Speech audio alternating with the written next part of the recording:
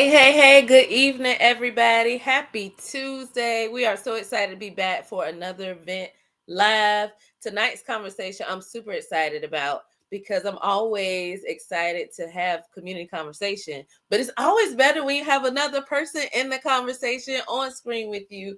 And tonight's guest, she's been with us before. She is back. I love talking to her because she's just so real. Like it is just like kicking back, talking, not holding anything back, and being able to have real conversation, being able to gain tools, and being able to also just flow through conversation, just like you were just sitting at home, sitting around the table, or sitting at home on the couch. So I'm excited. If this is your first time with us for the event live, hey, welcome in. We're excited to see you. I saw Miss Tracy was on. Hey, Miss Monica's on. Hey, Miss Monica. Reby, happy belated birthday, Reby. So we're always excited for you to join us.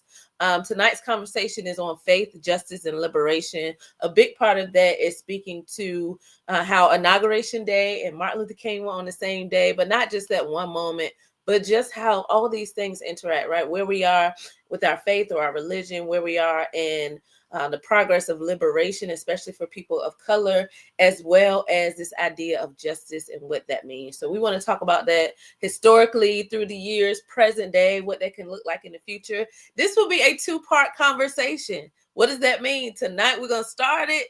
Next week we will continue it. So I'm excited for that. I'm going to go ahead and bring our guest up. Y'all make sure y'all welcome her in. She is the amazing Mavis Rowe. LCSW, MDiv, doing the real work, and that is always exciting to be around people who are doing the real work. So I'm gonna bring her up to also introduce herself, and we're gonna hop into this. Hey, Mavis. Hey, girl. How How are you you? doing? I'm good. I'm so happy to be here. Thank you for inviting me again. Absolutely. I am excited to have you back, and I would just love for you to just share a little bit about yourself so that the rest of our community can just get a refresher or get to know a little bit about you. Okay. So I'm Mavis. I am a licensed clinical social worker. My day job is working with airmen at Langley Air Force Base. I also am in private practice. Like you said, I have my MDiv. And I'm a mother of six, a wife of one, and sometimes a pain in the butt to many. And I am so happy to be here. Oh, yeah, and I'm an author. I have three books. One I wrote on my own. They're Gone Now What, which is talks about my struggles with grief, and I have two that were collaborations, removing the fragments and removing the fear. It's geared towards women and breaking negative cycles. So I am happy to be with you all today. Look at me talking on mute. We are happy that you're here. I did not know you had books. How can we not to put you on the spot? How can we got to do a shameless plug though? How can we get your books? You can just go to my website, mavisrow.com, and all three books are listed. And you can order them directly from me, and they come signed when you order them directly from me. They are also available on Amazon too, but those aren't signed. How do we? Okay. Let's keep it a buck. I don't really get paid when you buy them from Amazon, so buy them from me. You'll That's get it. that That's right. personal touch. That's it. You get a signed copy from the author. Like That's you didn't have right. to buy it from her. Thank you. I'm gonna make sure I drop your website in here, mavisrow.com. Make sure I drop that too. But like we said, the conversation tonight is around faith, justice, and liberation. I'm excited. We have an author here. We have like I just get excited. So I'm excited for you to be with us. I'm excited for this conversation because often we talk about faith, like our faith is over here. Everything is compartmentalized. Justice or the law or whatever category you want to put that in, that's over here. Liberation, it's like there are three different slots when really like all these things inform each other. Sometimes they can stop us from being able to gain certain things. Sometimes I don't want to hop forward in the questions too much, but they really do overlap and intersect to the point where we need to be in tune with all three. And it doesn't mean that you have to be very religious or know the law or this, but you do need to know what's informing decisions that are being made on your behalf. You need to know, you may want some background on why things happen the way they happen. And I really believe that being educated, not in the sense of formal education all the time, but knowing what's going on is a beneficial to us all. Right. Exactly. It is. And when I tell you, you send me these questions, and I had to pull out every book I ever had in seminary, I had to go and do my Google University, and I had to really sit with them just to get an idea of what I really thought about these things. It was like homework. And because protecting my peace is so important, I have disassociated myself with everything political since the election. Um, Okay. so yesterday I had no TV on in my house. My husband's like, "Oh, we're gonna watch the inauguration." Not in this house, we won't. I said, if you want to watch the inauguration, you can step outside on the porch. But over here, we drink What? our water and minding our business. That's what we are doing. And I got it was you. I so got you. essential. Mhm. But this assignment that you've given me has forced me out of that comfort zone, so that I had to tap in and connect to some hard things. And I am very appreciative of this opportunity to speak and to draw from you, because you are amazing. So thank you for thinking of me. Absolutely. I feel like it's ditto. Like I feel the same way. That's I'm like, who I'm thinking about this conversation. I'm like, Mavis. Like, who else is coming up here? I have no idea why the Lord put you on me on your mind, but thank you, Be God. honest. Like, sometimes we try to wrap up our answers and make them sound like I don't know who. No, like we need to be, like real about it, and not just real, but real from an informed view. Not just real like I'm just blabbing off at the mouth, but real like, okay, I know some things, I've studied some things, I've had some experiences, so this is what it is. Versus speaking out of, not being informed or out of just, to be honest, ignorance. I'm Right. like, Mavis, yeah. Let me text her now. Yes, because you know me, Let's I do post it. some interesting things on the interwebs. Look, we gonna hop into it because we were talking a little bit before we got started, and one of the big things was like we often have conversations in our own personal pockets, but there are not a lot of spaces where you can challenge what you know or what you grew up on. As far as in faith spaces, you don't have a lot of spaces where you can talk about politics and feel comfortable talking about it without someone judging you or looking at you sideways. And even if you're not talking about, just asking questions, trying to be informed, sometimes can be intimidating because it's like, oh, you didn't know this, or you're not keeping up with this, or you should know what's going on. Like sometimes people want to know, but they just don't know where to start. Right, right, you know? So tonight's conversation is really just, oh, if nothing else, opening the door for people, for us all, to think beyond where we are and to, in some portions, reconsider what you think you might know. right, That's right. okay. It is. It is. You have to be open, because even though you know what you know, you believe what you believe, you say what you say, you're not always right, and sometimes you are only partially right. So it is very important to be open to different perspectives and to have people that you can bounce ideas off of, so that you can gain clarity in what you believe in and make your beliefs more well rounded and realistic. That's good. That's good. That just made me think. And then I'm gonna hop into this first question. I promise. I get excited, but that just made me. One of the, I guess, the analogies or the images that my pastor uses is this example of like somebody holding a beach ball, and like you're on one side of it, so you might see like red stripes and yellow stripes. I'm on another side. I can see like green and white.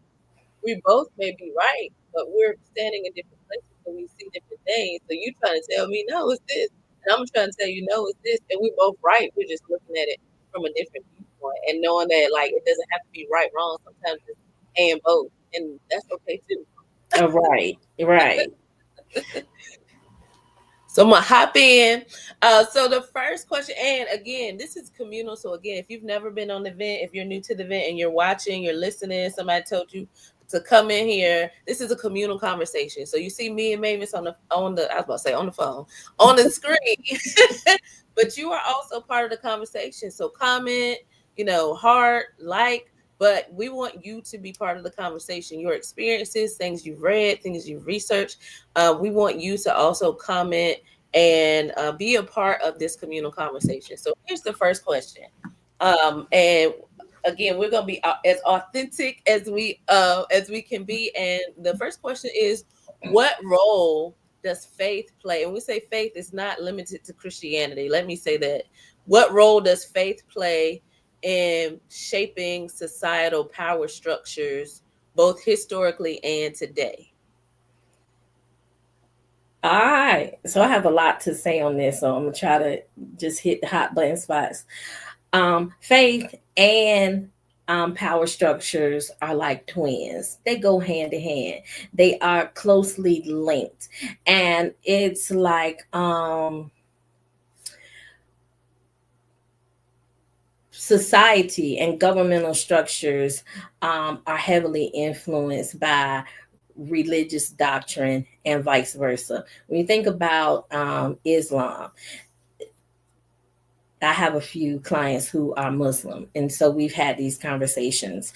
Um, you think about the many different sects in Islam, heavily influenced by the leader's political position at that time. They have like the Ayatollah that came in, and before the Ayatollah came in, one part of Islam was open to like Israel, and they wanted to be friends and everything be great. But when Ayatollah came in, he was anti everything, anti Israel. He didn't want and because I knew I was going to forget, I did write it down. he did not want his believers to have anything to do with Israel. He also didn't want them to have anything to do with the Western world. So he made these rules and he made these doctrines for the Muslims in his area. I don't know if it's a community or whatever it is. Again, menopausal mind. But because he was anti-Western, as anti-Israel, things had to change drastically within his community, because before they were a little tolerant of that. But then now when he comes in, he's like, no, we shutting all that down. And this is supposed to be a religious institution, but it's not. It's religious and political. And when you think about here in America, how we just had a president come in with the kind of energy where he reading the Bible upside down. He's talking about 2 Corinthians and foolishness like that. And with this current inauguration, he didn't even put his hand on the Bible. But he was doing all that shady stuff because he needed the fundamentalist Christians on his side, because those were the ones with the money and the power. And he needed their influence so that he could turn the minds of the other fundamentalist Christians that were the followers of these leaders. And so he went through all those shenanigans just so he could get their vote and their financial power on his side, and it worked. You see all these fundamentalists in church talking boldly about voting a certain way on certain issues. You have the abortion rights issue, when only they're saying we don't want women to have autonomy over their bodies. And the reason why we don't want women to have autonomy over their bodies is not necessarily tied to anything religious. It is because we live in a society where the white body is becoming more and more of a minority than it already is due to the mixing of the races. And they want a pure race. So how do we get a pure race? We keep these little white women from having abortions. So we say it's a religious thing, but it's not. It's a political thing. You know, historically, when we're talking about societal powers and faith, you have Rome. Rome was a big um, polytheistic superpower back in its day. And then there was the Way, which is the precursor to Christianity. And during the time of the Way, the leaders, the disciples, the ones that came after, were all being murdered. They were all being put in exile. And you have these women who were widows, who had the money, who had the land to hold meetings in secret. So then, you know, the Roman leader, can't remember his name right now, the Great. Constantine. There we go. Constantine comes in. He says, "Oh, well, I'm going to legalize Christianity. So I'm basically going to turn everybody towards Christianity." Why? Because of power, because of money. And what they did was they say, okay, now the Rome has authorized us to be Christians. So we don't need you women. Y'all don't need to hold meetings in secret anymore. We don't need your money anymore. So we can just push y'all back to the side. We can go ahead and oppress you like we wanted to do all the time. And now we got the big ruler on our side. Political, and religious together, tied in like close proximity, hugging each other. And then another incident. See, I told you I did my research. Slavery. Everything bad in America goes back to slavery. So we have these pure Christians who only want to help everyone and make the world great and turn to the Lord, and Jesus is the Savior. And everyone is equal and free. But then we have these slavers who say, no, only the white people equal and free. We're going to snatch these black bodies from Africa and we're going to put them in bondage. But that was antithetical to the teachings of the Christian church in America at that time. So what do? They talk. And what did they decide? The church changed policy, which allowed the slavers to continue slavery under the guise that black bodies were not human and they could be property. So, yeah, they are in bed together. They've been in bed together since the beginning. And they continue to be in bed together. Yeah. Yeah. That's good. Thank you for that. And I think the big one of it was a lot of great things. One I think one of the biggest things, again, like you said, like they really do, like they are like this. As much as we try to separate them, they are together. Like they're together and you cannot break them up. Like they go together real bad. Like that is just what it is. Right? And even when I was thinking about this, like you gave so much historical context, and I'm glad because it's like you we our timelines kind of start to merge together. Because the first thing I thought about, just from I guess American, a more American view as well, was manifest destiny. Mm-hmm. So it's like, oh, God called us here to take this land from these people that were already here, right? And then Mm-hmm. do this power structure where the people that were already, the Native Americans that were already here, or I probably should say indigenous people because we named it America, or whoever named, wasn't we, because they didn't look like us, but like the indigenous people that were here now are literally at the bottom. You want to say bottom of a totem pole? Like that is, they were literally at the bottom. And Mm-hmm. who came over because God called them to this land have now killed, try to make them assimilate, took their good land and gave them, like, and it's okay. And my faith has brought me here, and my faith tells me, informs me, like you said, you're a savage, you're less than human, So now I can use my authority over you. That, and even going to like Nazi Germany, right? Because of your, because of how you identify, because I'm the pure race, you have to go and I'm in control. So, and we see that like nothing ever, I forgot the phrase, but it's like the more things change, the more things stay the same. Mm-hmm. Looking at America today, like 2025, it is this idea that evangelicals or Christian nationalism, it's almost like this national religion is informing policy. And like you said, pro life, it's not really about pro life, it's about purity of race. And we cannot be the minority because we're projected to be the minority. So, how do we stop this? We put it under the guise of pro life, and Right. we overturn things. Roe v. Wade, it's not, we overturn things because we need to keep our societal power. If we become the minority, we can't keep our power, so we're going to put it under the guise of our faith. We can't, Right. when is a baby?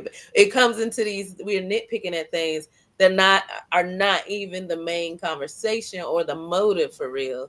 It's just Mm-hmm. the face, and it's something else underlying really going on.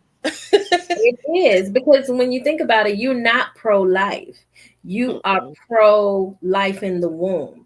Because if you Right. were really pro life, you would be funding programs that allow kids to have proper nutrition in schools. You would Mhm. be funding programs that give young Black bodies a different opportunity other than the fast track to the prison. If you Right. were pro life, you would be training police officers to not look at us as disposable commodities. You would be helping them to understand that communication is more important than your gun. You know, Right. you would help Right. them to understand that everybody is important, not just the lighter skinned bodies. You will Hmm. help them to understand that though you were created to police slaves, and people act like they don't want to know that. That's where policing came from. Slaves, they needed people to control the slaves, so they hired these people. And once slavery ended, they said, okay, well, let's put you in the community, but you didn't change their way of thinking. Right. If you were pro life, you would do something to help retrain police officers. You would do Hmm. something to help minimize the distress of the foster care system. But you're not Right. doing any of that because you're not concerned with life after it leaves the womb. Yep, that's it. That is so true. So true. And that is why now we have so many instances where people are being killed by police. And I try not to watch too much because I do not want to be desensitized to it. But we Mm-hmm. see like black, and I don't, not even black men, but boys and girls are seen as a threat. But you'll Mm-hmm. have a fully grown white man, woman with a weapon, and the police are wrestling them and giving them like every chance in the world that you can have, which goes Mm-hmm. back to you're not a human, you are a commodity, you are Mm-hmm. less than. So I'm going to treat you as such. Right. Right.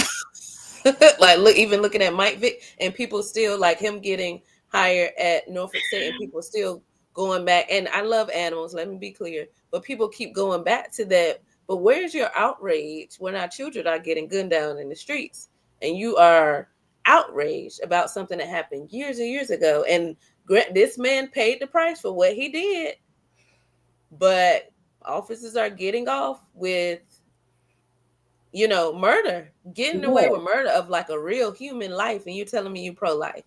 That Right. don't add up. Like something, like the old people say, something in the milk ain't clean. So this ain't making sense to me. This not adding up to me. Right. Right. And at the end of the day, it's about race in America. There's a strong divide. Michael Vick committed a crime. He funded dog fighting. Um, Reportedly, he didn't fight a dog. He just provided the place and the Right. money. He Right. went to prison. He served his time. We did. get out, and y'all don't want this man to have a second opportunity. Now since then he have done so much for animal rights. He has done so much to rebuild his brand and rebuild his name. Mm-hmm. I don't want to hear that, because back in 1492 he funded a dogfight. Yet you can put a white man who's been convicted of 37 felonies in the White Mm-hmm. House. Where is your outrage? Why Right. isn't he being treated with the same energy? Exactly. That's it. That is the question of the year. We know the answer. But that is the like literally the question of the year. Like, where is your outrage? And again, it goes back to just historically, if you're seen as less than, you don't get that same benefit of the doubt. And if you're seen as superior, oh, he didn't mean it. Oh, when it comes to, and I do not diminish mental health, but whenever a shooting happens or a mass shooting, oh, he had mental health issues. Yeah. You Mm-hmm. know, for people that don't look like us. Mm-hmm. But Mm-hmm. when it's us, it's it's this is We just a thug, savage. and this is We yes. So are. you see, We're cold-blooded murderers. And absolutely. I'm like, really? That's weird energy to me. You know, Yeah. when will there be a time when um all this freedom that they claim we have will be in actuality a real thing, a tangible thing that we can say we live in America and we are truly free? It I am sad to say I don't think that time will ever come, because mindsets won't be changed. You can tell that by the current election. Mindsets will not be changed, um, because it is better to have a convict, as long as he's a male, in office than a black woman, you know? And Yeah. fundamentalist Christians put him there. We can't forget that part. Fundamentalist Christians put them there. I know 92% of black women who voted for her. Um, Hmm. However, there's 8% that didn't. Why didn't they? You know, Right. what was it? Yeah. What happened? What you happened? know, and when it's like 80% black men voted for her, but you 20, what were y'all thinking? Where do you align? Are you in these fundamentalist churches believing the oil and the poison that they are feeding you? Yeah. Are you just not in tune to what is really going on in your community? Or are you in your community and you are comfortable and don't want to Mm. see um the problems Mm. Right. outside your door? Like, You don't want to deal. what why Hmm. what's going on? I don't understand. Yeah. No, I'm with you. And I think I struggle. Literally kind of go back and forth with a lot of those things every day. And just again, like opening these spaces and having these conversations, I think one brings it back to the front of mind for some of us who may be just going through like, okay, whatever, this is what's happening. But like you said, the reason why Trump why Trump won the election, because he spoke to those pain points of that group of people. Whether he believed it or not, I highly doubt that he believes anything he said. He No. knew who to talk to, what they cared about, and part of getting people to donate is hitting their like what touches their heart, what moves them. All I got to do is hit these hot spots. They're gonna donate. Faith. If I hit faith, and I'm talking about babies and children, I'm talking about and even looking in religion, and we're gonna get. I don't want to hop ahead, but even looking at societal just structure in general, even structures in the home where you see men versus women, why it's so hard for people to grasp the concept of a woman, leading our country, right? That's the highest office for us in the United States. You're struggling with it because if you go back to their faith, the woman is submissive to the point where no, you cannot lead in that capacity. If you're not leading children, you can't lead. Like that's all. The best we can give you is you can lead these children and you can lead other women. But if you try Right. to go beyond that, no ma'am. Right. Denied. Whether you make sense or not, denied. Access denied. They don't care. Like this Exactly. is it doesn't matter how much it makes sense. If fundamentally or my faith tells me that a woman cannot be in the lead, I'm not gonna vote for you no matter who you up against.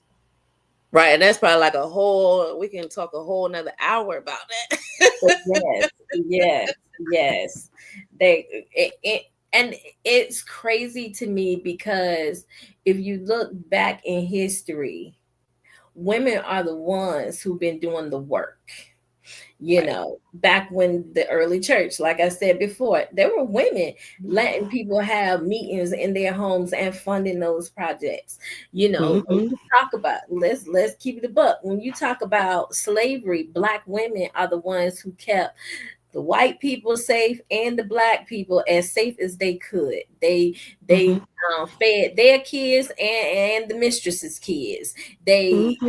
were bed women for the master and sometimes the mistress. Yeah. Black women were always there. And in seminary, we would really focus on this, and we would talk about how if a black woman escaped and went on to freedom, never to be returned again, the master goes through a mourning process because she is the one who nursed him, and then she took care of him, and then came into the home to take care of his family. And so she was Mm-hmm. like the one that was consistent, and Mm-hmm. now she's gone and he having a whole fit about it, hiring Lottie Dottie and everybody, like my mom used to say, to go Mm-hmm. and find her and bring her back because he knew she was the pulse.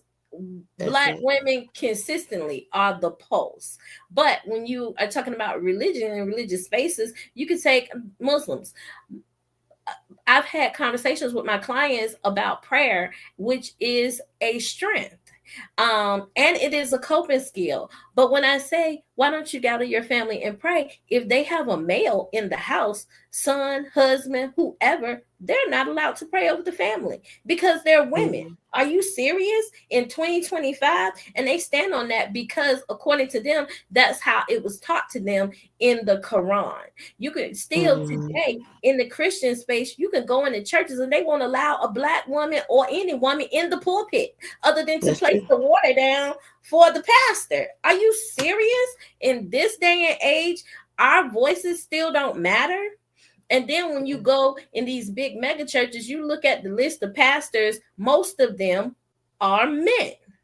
When you think of the word pastor, bishop, preacher, there are men that come to your mind, not women, and they're amazing women, like the woman that I'm speaking to right now, like Yvette Flunder. There are so many women out here who are bringing the Oh, word, but when you look at them, all you see is a black woman. So when you see a black woman, you don't give her the value and the respect that she deserves.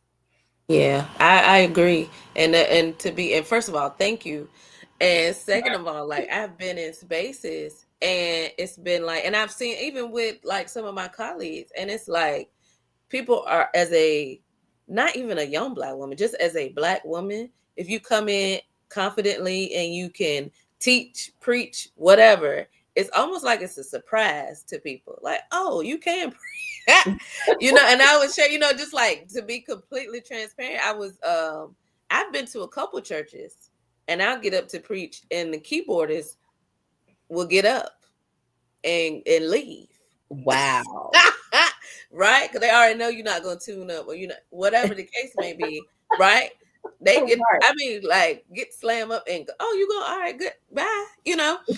So it's like, it's different and, you have to work through, I think one of the biggest things, and then, we can kind of segue into the next thing is like, it's not just the men who have that thought, it's also women who have been indoctrinated in it Mhm. and will not refer to you. I'm not even big on titles, but when people refuse to refer to you as whatever you are, it's like, okay, you also have some kind of you've now internalized this Mhm. patriarchy, this misogyny, because you can't even refer to me or my colleagues as titles that we have earned. Let me be Right. clear.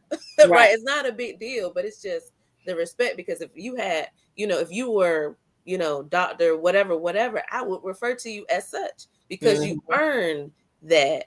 And just Right. it's respect. And if it was a man, you wouldn't think twice about it. Mm-hmm. And I've had conversations with other people where it's like often the man is like Doctor, I ain't trying to Dr. Smith, right? But if it's me, I would be Dr. Kelly. Right. And I don't Right. know what that is.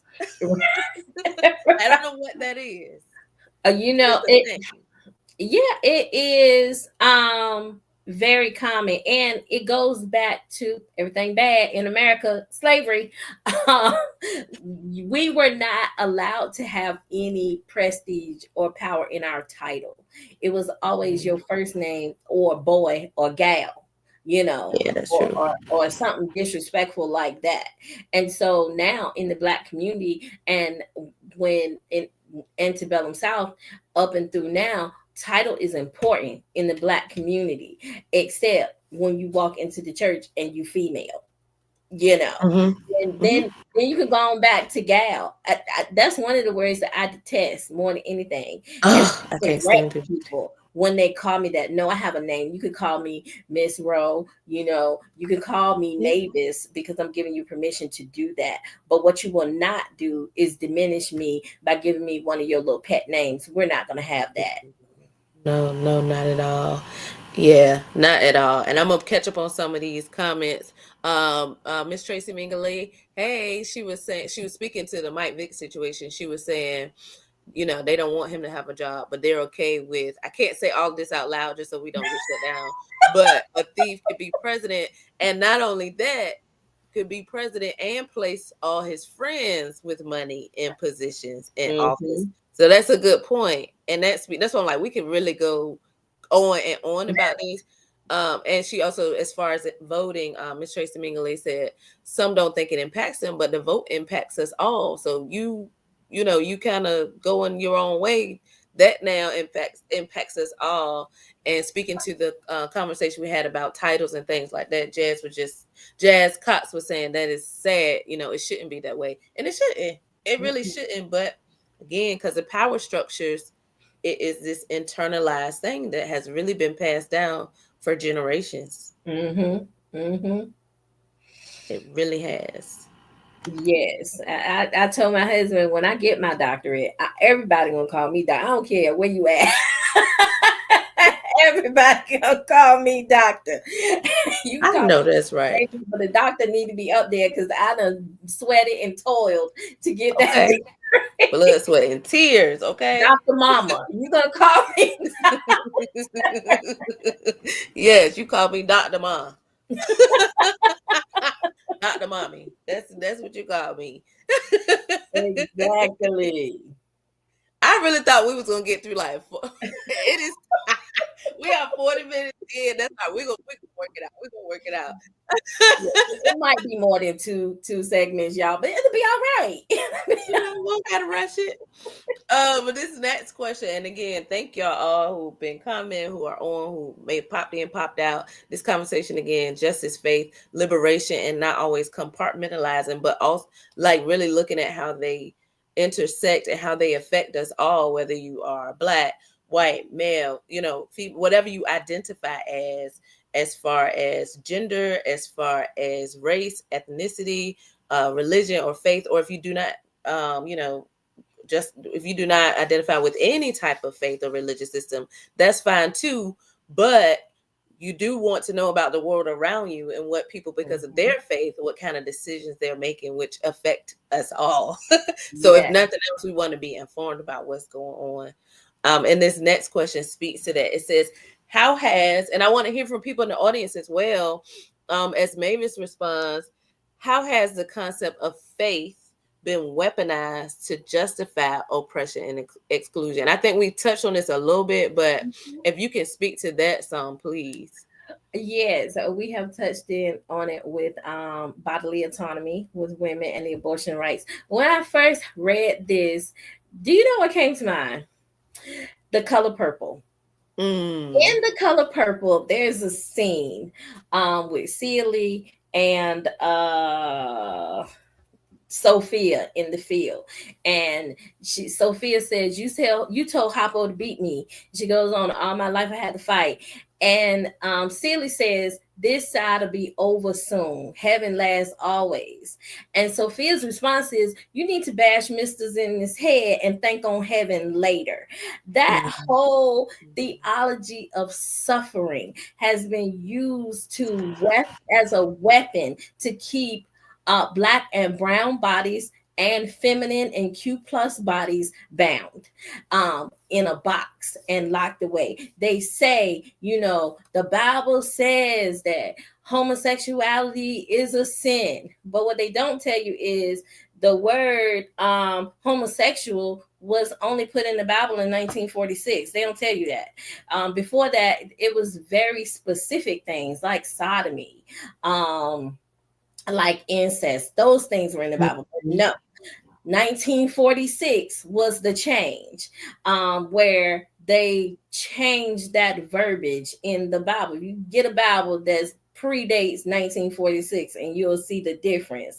you know um what we talked about with slavery, and how they have used things like the slave Bible. Slave Bible is in the museum, is either in the Bible Museum or is in the Smithsonian. I saw it on a trip to DC, and they removed every Exodus reference, the whole book of Exodus, every story in the Bible that talked about challenging authority. They removed it because they didn't want their slaves reading it, the ones who could, and they didn't want them interpreting it for the ones who couldn't, because they wanted you to think that God honored slavery and God approved of slavery. So they had these Bibles and these preachers that they allowed to bring a word to the Negroes, only to have a white man sitting there watching everything and making sure he's saying the right things,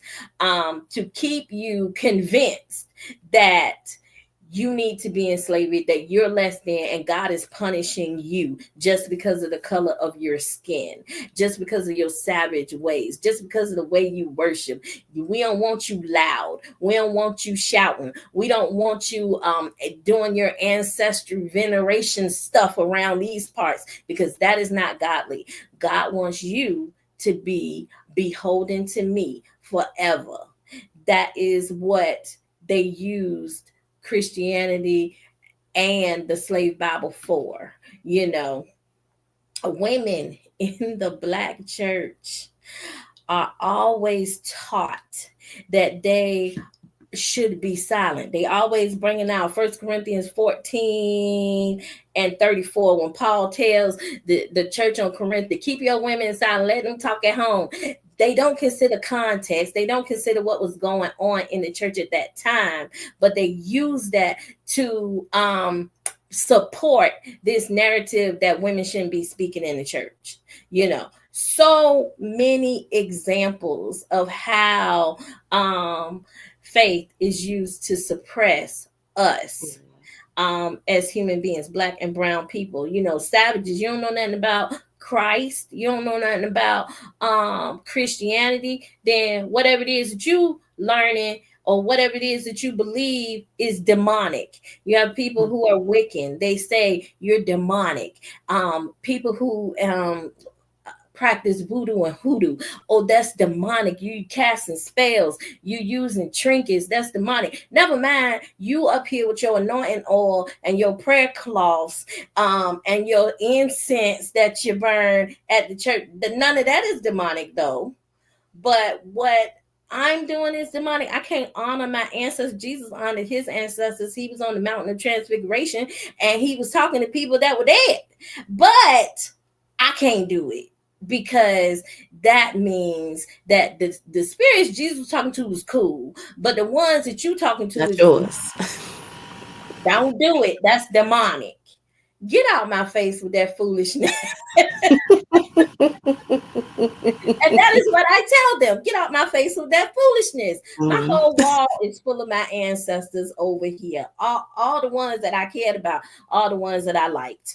Is right here on this wall. And I draw so much energy from them. You're not going to tell me that God disapproves of that. If God disapproves of that, and this God that you believe knows everything and does everything and has all power and all knowing, why would he allow it? Why would she allow it? Why would they allow it? Yeah. You are the one who don't like it because it removes some of your control. I'm sorry, I went That's on. good. No, that's good because I think what the big thing, and like I said, you always dropping gems, but the big thing is like often this it's weaponized when it's taken out of context. Mm-hmm. So when you pull one little part of a scripture out and you make it whatever you need it to be to have control over somebody else, for me that's now weaponized, or you use Mm-hmm. it to put down a certain group of people, or like Ham, is often like used like black people and being cursed and things like that. And we looking at talk about incense and burning things, but they were burning incense and things at the temples where Mm-hmm. people were worshiping in the Bible. Mm-hmm. And that's when, like, if we keep it in context, many of the things that we do, and I'm talking like just being black, being African, whatever your back has some even predates Christianity, but it is many of the things that the people in the Bible were doing. And once we start taking out of context and it only fits because they were praying to the God of who Abraham, like they're praying to the God of their ancestors Mm-hmm. in the Bible. And like you Right. said, Jesus is talking to ancestors, and they uh we're praying to the God of like Abraham and Isaac. When Abraham and Isaac were dead, they were Mm-hmm. praying to the God of their forefathers. And I often I think we skew things to benefit us, Mm-hmm. right? Whoever us is in the moment, we skew it to benefit us, and then we demonize, like you said, other groups of people when it's the same thing. It just doesn't work because it's not. It is the same thing, but it isn't how you doing it. Because I like, even I was talking to someone who used to be Christian, isn't now. It says y'all, you do understand that y'all like take communion and the bread represents somebody's body, Right. and the wine represents somebody's blood. So Mm-hmm. we're not, while we may not be drinking blood, we're not eating, like, we know that. However, it can get dangerous for us when we start pointing fingers at people, and we do have certain rituals that we do. And if we're not researching things that people are doing and we're just demonizing it without understanding the historical context of it, Right. and like even like now I try like natural remedies, and I'm not, when I do natural remedies, I'm not saying like this root is, has the power to do this. What I'm saying is just biologically, this plant has a way that it helps to heal. That's Right. not demonic. It is biology.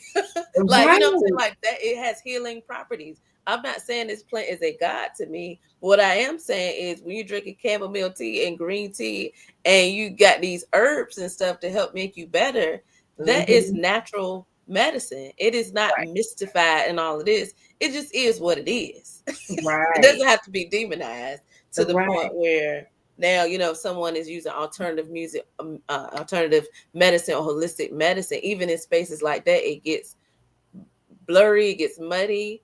But I, I don't always grasp why, when it's our ancestors did it, they used it and it worked. They didn't have many of them didn't have modern medicine, or if they didn't, even if it existed, they didn't have access to it. So they used natural remedies. Not saying that it's just okay, this herb heals this. It is what it is. Right. I can remember as a kid, my mom using pot liquor when we were sick or when my Mm. neighbor was sick. She'd go right outside and grab whatever the plant was and cook it up and we drink it, and life is good in a day or two. I Mhm. remember that. I remember her using herbs in that way, using plants in that way. She had huge gardens. We never went hungry. I remember I had a ringworm as a kid, and she made this concoction out of like bluestone and vinegar and a penny, and and it worked. And so, how do you discount that when you have all that tangible evidence? It is a reason chicken noodle soup works. We don't know why. And if you are a scientist, maybe you do, but I don't Right, know. right. I need to eat this chicken noodle soup because I know it's going to help me feel better. But we get into this world of science and we want to discount all of that. But we have to remember the earth and the fullness thereof is the Lord's. That's And so, scripture. of course, I'm going to draw power and energy from the earth, from the garden, from the land, because it is the Lord's too, not just Yeah, these little bodies walking around. exactly. Exactly. And you telling me, and again, nothing against medicine. This medicine that somebody concocted in a lab, it can do, but I can't find things in the earth to help heal. Like, why is this demon? And this is naturally what we were given. It's like, I just struggle with that because I lean more if I want to be completely towards natural, Mhm. and different types of remedies over taking something that somebody created. It works. Don't get me wrong. I'm not discounting that. But if I can find a natural way to do it, I'm gonna take that route every time. Right, right. Because why not? Yeah. And Why even people not? looking at like changing your diet can lower your blood pressure. Like all those, like that's real. And it Right. is very natural. Change your diet, drink more water, lower your sodium. No matter what that it is, things that you can do just naturally, and you do not have to take these things. I'm not telling nobody again not to take your medicine, but I am saying, because I want everybody to say that's what I said. That's not what I said. What I'm saying is there are natural ways to do a lot of things that we have become dependent on big pharma for.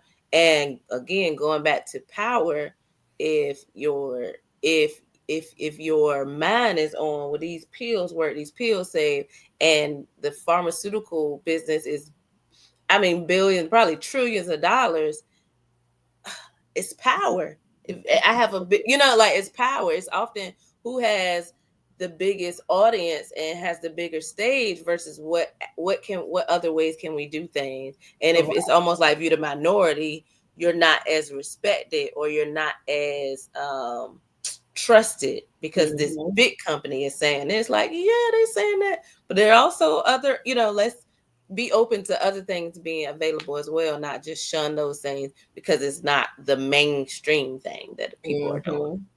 Exactly. Let me go. Okay, we're gonna do one more. Ah! Now Uh-oh, I you, skipped. you got one. Here we go. So here we're gonna end on a like a positive. So we kind of work through some things that are a little difficult that we want to, just start kind of thinking through, looking at, observing, looking at these kind of power struggles from faith and justice, the law, kind of historical context as well. And this last question for tonight is from a seminary trained perspective. And again, if you're in the audience, you do not have to be seminary. You don't have to be seminary trained, just period. But specifically for this question, we want to hear from you as well, because you may have some other frameworks or some other things that you pull from books, experiences. What theological frameworks support liberation and justice? Because we also want you to have tools of what supports, breaking from capitalism, patriarchy, misogyny, all these things that put people down and really like exclude certain people based on whatever sexual orientation, gender, um economic status, right? All these things that exclude people. So what I want to definitely hear your thoughts on that, Mavis. So this one sent me to the research because I can only think of two. Black liberation theology and womenist theology. Those were my two.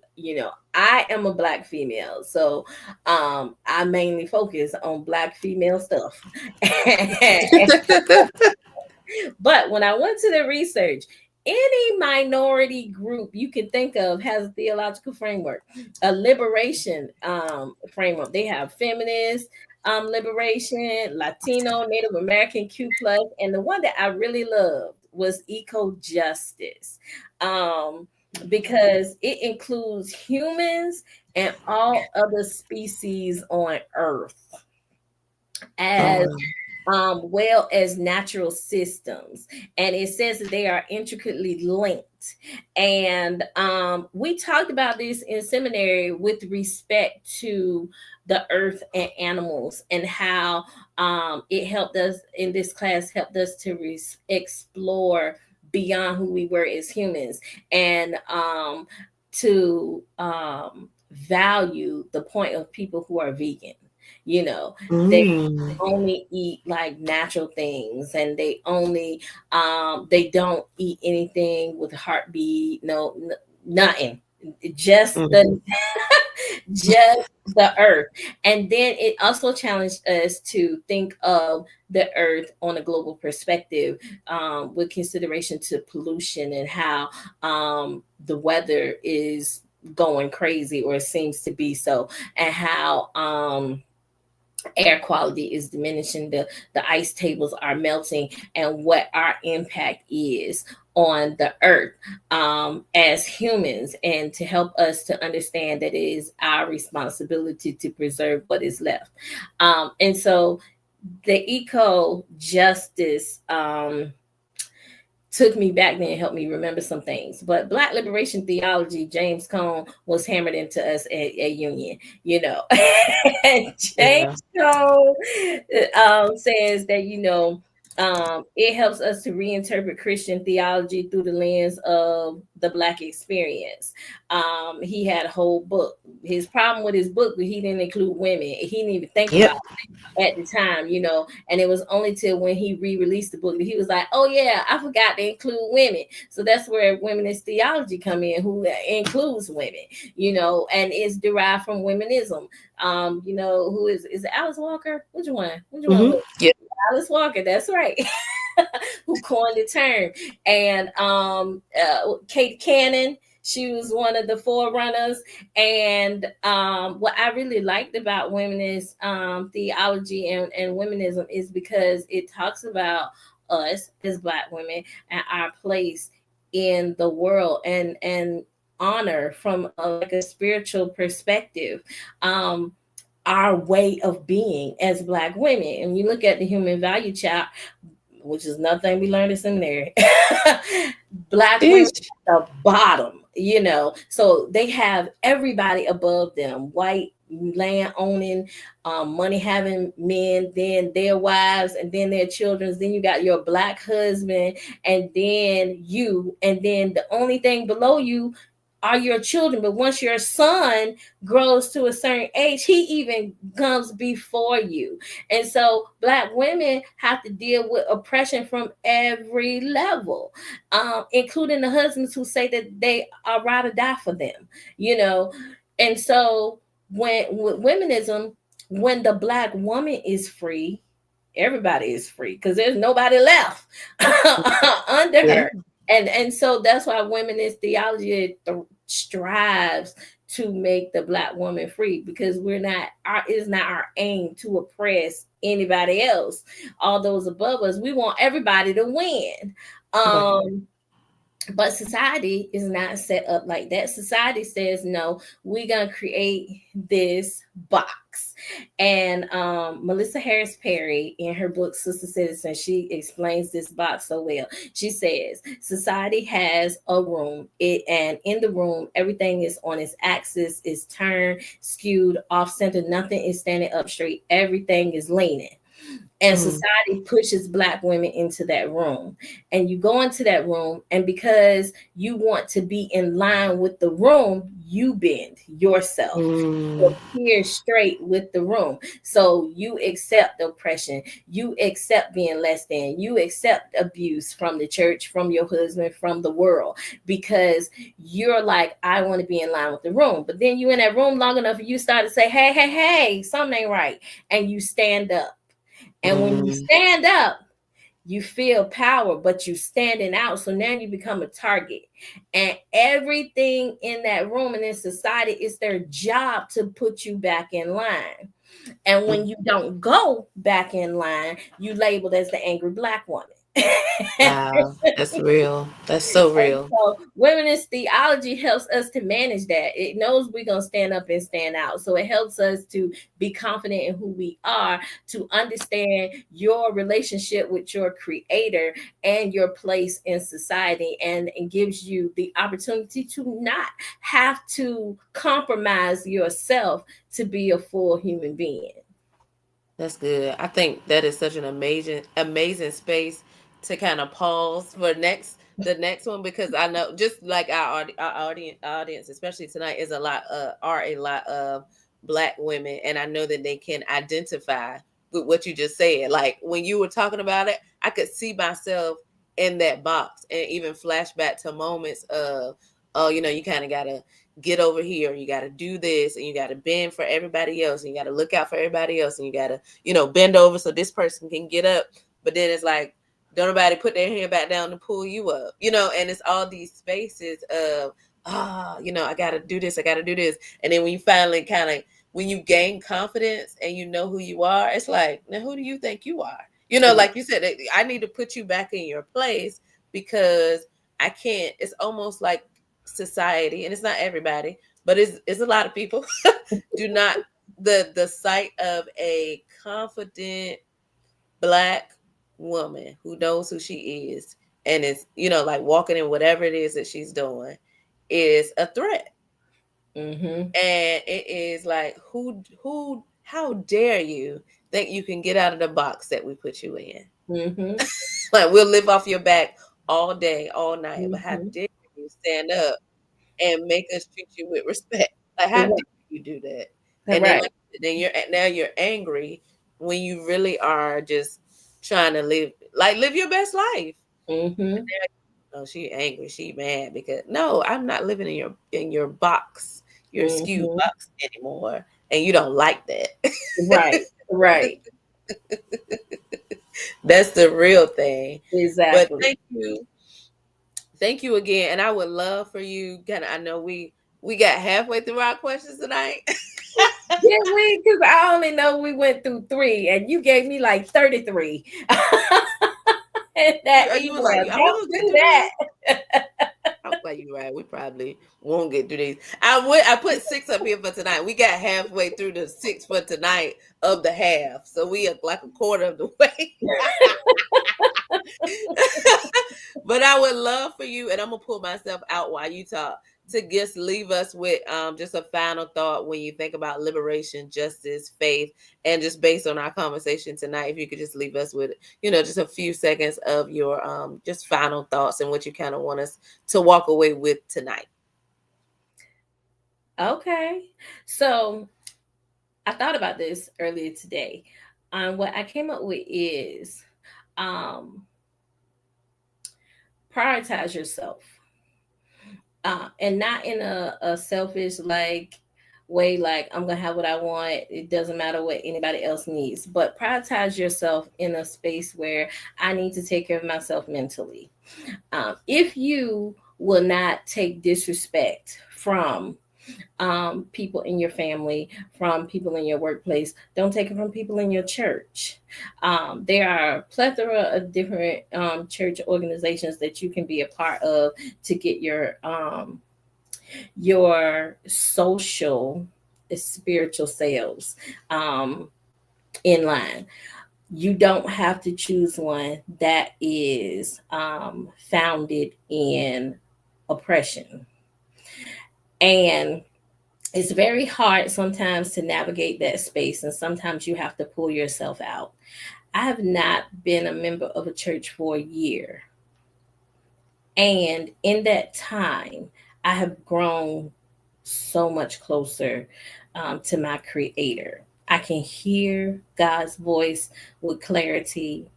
I am able to move about my life with confidence because of God's voice guiding me in a way that I couldn't do it when I was about the business of church. And now that I have been a year out, I have decided that it's time for me to come back in some way. And so I visit churches that I feel feed me spiritually, but also churches that does not have an aim of oppression. So places where I can be free and the people that I love can be free and we can learn about the word at the same time and we can learn how to draw nearer to God.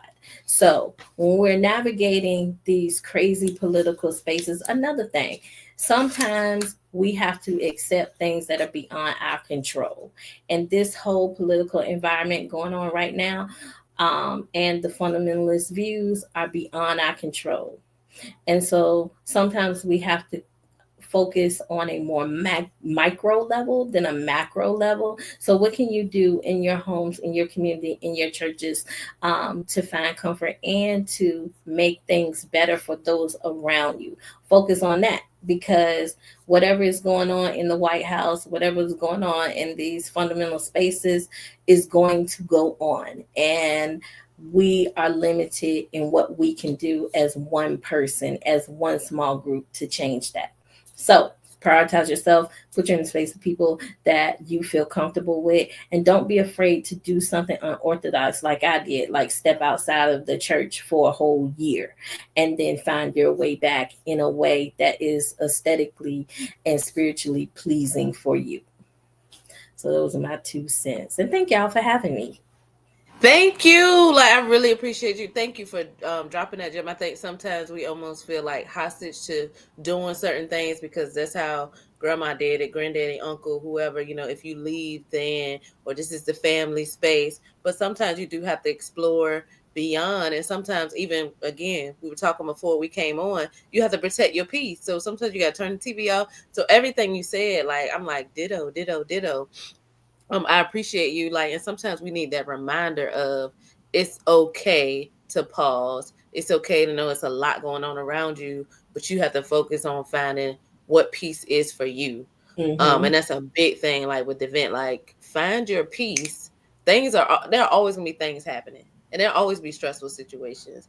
Be informed and find your peace, and know that it does exist, and Right. you can live in a space of peace even if you have to do something non-traditional Mm-hmm. to get to it. Don't be afraid, because at the end of the day, like, you have to live with you, so you need to take care of you, and the best way to do that is to be in a peaceful state as often as you can. Right, we don't always get it right. Amen. But as often as you can. And just a final thing for tonight, we do have some new things coming up with the event. So we will start in April of this year. We will be on your block. So what does that mean? We'll be out, like literally outside in neighborhoods. We'll have games, food, grill food, music, and a preach word. So it's literally us bringing sanctuary, sacred space, spiritual formation to your block. So we pulling up. And this is for people who may not want to be in a traditional church space. This is for people who may not be want to be part of a traditional church at all. However, we do want to have a safe space, right? The event is built off. We didn't go into it, but we touched on it, like the idea of like the hush harbor and the safe space that you can come into away from everything else. So those are coming. If you would like to support that, you can text OYB, like on your block, OYB to 53555. You can scan the code. The biggest thing is we want you to come out. So we'll be releasing dates. It'll be Sunday evening starting in April.